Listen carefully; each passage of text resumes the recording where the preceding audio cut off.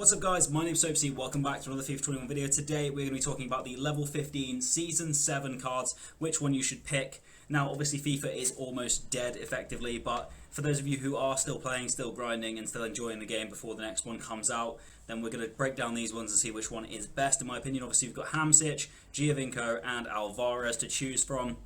Now already as a fan favourite for me, I'm going for Giovinco, mainly because I loved his FIFA 18 squad building card for the League SBC of the MLS. Hamšík similarly had a League SBC card that year as well, so a little bit of a throwback. Let's break down Hamšík first and have a look at his card.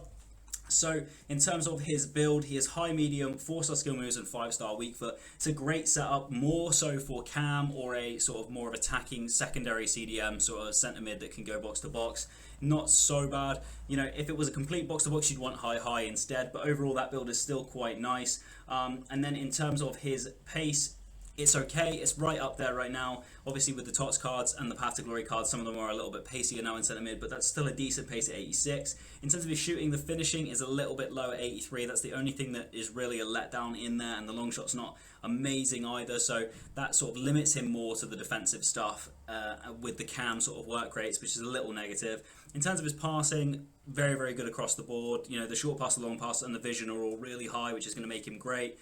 Curve is good for the finesse shots as well. In terms of the dribbling, composure 93, great, ball control 94, reactions 90, dribbling 90, those are all really good stats. The agility and the balance is where he's let down a little bit, just where some of the top tier cards are in the 90s for the agility and balance. He's got only 80 balance and 84 agility, which is why I would probably run an engine on him if you were going to start attacking with him. And then obviously if you were going to defend with him, you'd still probably want shadow on him just for the defensive stats. In terms of defending, 85, it's not the best. It's pretty decent. There's a high defensive awareness at 89 as well, which isn't bad. And his physicals are really nice, slightly low on the aggression as well, which can make him players get pushed off a little bit. But overall, very well-rounded card, can compete. You know, his links aren't fantastic with Slovakia, but in terms of, you know, being in the Swedish league as well, he's just not there for links. But overall, it's still a fun card off the bench. If you really loved Hamšík, you know, obviously he's cool with his mohawk and everything. It's not a bad card. Let's have a look at Giovinco next. So he is a 4-star high medium. He's the perfect cam or striker as a small striker. You know, you might want 5-star skills or 5-star weak foot to really round out cards at this point, but still 4-star is very usable. In terms of his pace, there is a big disparity there. 97 acceleration is fantastic, 87 sprint speed less so, but that is the way around that you'd rather have the acceleration first, because he's going to be quick off the mark and very responsive. In terms of his shooting, the finishing at 90 is great, shot power is great, attack positioning at 94 is fantastic. He's going to finish a lot of things. In terms of his passing, it's actually really quite decent as well. He's got 99 free kick accuracy, 99 curve, so finesse shots and those free kicks should be really easy to do. The short pass at 92 is nice and high, vision's 92 as well. In terms of his dribbling, this is where this card really excels. I think he's going to be so responsive. He's got the 99 agility, 99 balance. The reactions at 86 are a little bit low, but not too important for a cam. 94 dribbling, 95 ball control, 91 composure, so we shouldn't miss too much. I just think he's going to be a super responsive little speed demon, and I really want to use this Giovinco card. Obviously, defending and physicals aren't quite there. Strength is low, but the aggression is nice and high, which should help combat that slightly. And 87 stamina is decent for a cam anyway, so I think that card is a very decent card. Obviously, he's got the Italian links, and then being in the Saudi league, not fantastic, but Italian-wise, you can link him in quite nicely.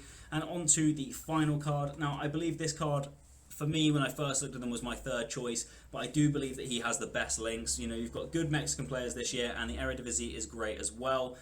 So 6'2", medium high is going to make him a out-and-out CDM. You could also use him at centre-back potentially. 3-star skills is going to limit him a little bit. 4-star weak foot is very nice though in terms of passing the ball out. In terms of his pace, 88 and 88, you can't really complain at that. It's still pretty quick. Obviously, he's faster than Hamšík. In terms of his shooting, it's not there. The 67 finishing is going to really hold you back. It's not going to be a box-to-box midfielder. He needs to be an out-and-out defender or CDM. The passing is decent. The short pass and long pass at 95 are great. The vision is a little bit lacking, which might, you know, interfere with some passes. In terms of his dribbling, the agility and balance are nice and high for a player like this. He shouldn't be super clunky, and he's not quite up there in the 90s, but again, still decent. 94 reactions is great for defending as well, and the 94 ball control will help too. In terms of his defending, the defensive awareness at 86 is what lets him down a little bit. Like the rest of the defending stats are really good, but I just wish his defensive awareness would be a bit higher. And his physicals are phenomenal. You can't really question any of those. They are great. So for me, I would probably be going with a shadow on this card. but you know that defensive awareness could let you down a little bit. I wouldn't go for him at centre back. I would go for him at CDM, and he is a good CDM, but I don't know how good he is compared to some of the TOTS cards. Overall, though, I think it's a fun selection of cards. You know, if you're an Ajax fan or a Mexican fan, you know, you've got the Alvarez there as an option. If you remember Giovinco, if you're Italian, you know, or if you are Slovakian, then you've got Hamšík. There's a wide mix there for a lot of Euros fans as well. In terms of it, though, and of course the South American competitions and the Copa America and things, I personally would rank these cards in order. My first choice is obviously going to be Giovinco, but I do also think he is the best card of the three here. Secondarily, I think Hamšík and Alvarez are on a similar par to each other, but they do offer different things. Hamšík is obviously a better centre mid and a cam, and Alvarez is just an out-and-out CDM, but he's definitely better at CDM than Hamšík would be as a defensive central midfielder.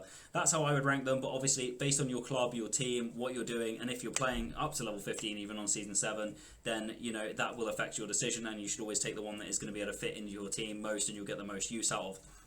I hope this video helps you guys, and if you like the video, please leave a like. If you want to subscribe to me, you can. Check me out on the socials in the about box below, especially TikTok. My name's Soapsy, and I'll see you guys later.